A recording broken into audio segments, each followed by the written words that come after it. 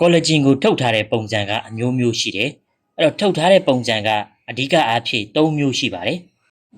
pale စီးတောက်ပုံစံနဲ့ထုတ်တာရှိတယ် powder အမုတ်ပုံစံနဲ့ထုတ်တာရှိတယ် liquid အရည်ပုံစံနဲ့ထုတ်တာရှိပါတယ်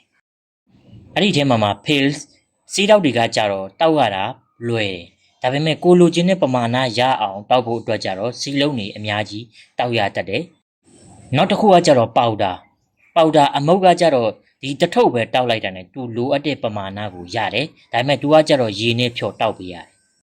နောက်တစ်ခုကကြတော့ liquid ကကြတော့အရေကကြတော့ဒါဖောက်ပြီးတော့တန်းပြီးတော့တောက်လိုက်ရုံပဲဒါပေမဲ့သူကကြတော့အခုနကပြောတဲ့ဒီစီးတောက်တွေအမုတ်တွေတက်ဆိုင်သူကဈေးပိုကြီးတက်တယ်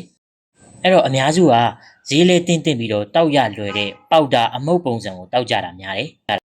နောက်တစ်ခုကကောလာဂျင်ကညီတဲ့အနံ့အရတာရှိတတ်တယ်ဒါကြောင့်မလို့အဝင်ကောင်းအောင်ချိုတဲ့အရတာအနံ့ရတာကောင်းအောင်ထည့်ထားတတ်ပါတယ်ကောလာဂျင်မှာက glucose တို့ fructose တို့တခြားဓာတ်တို့ပေါ်ပါတဲ့အတွက်ကောလာဂျင်တောက်ပြီးဝါလာတာမျိုးတွေရှိတတ်တယ်နောက်ပြီးတော့ကောလာဂျင်မှာက glucose တို့ပါတဲ့အတွက်စီးကြိုဓမားတွေအတွက်တော့အဆင်မပြေဘူးအဲ့တော့အသားရည်လာပကျင်တဲ့သူတွေအတွက်ဆိုတော့ကောလာဂျင်လေးကိုနေ့စဉ်တောက်တုံးပေးပါ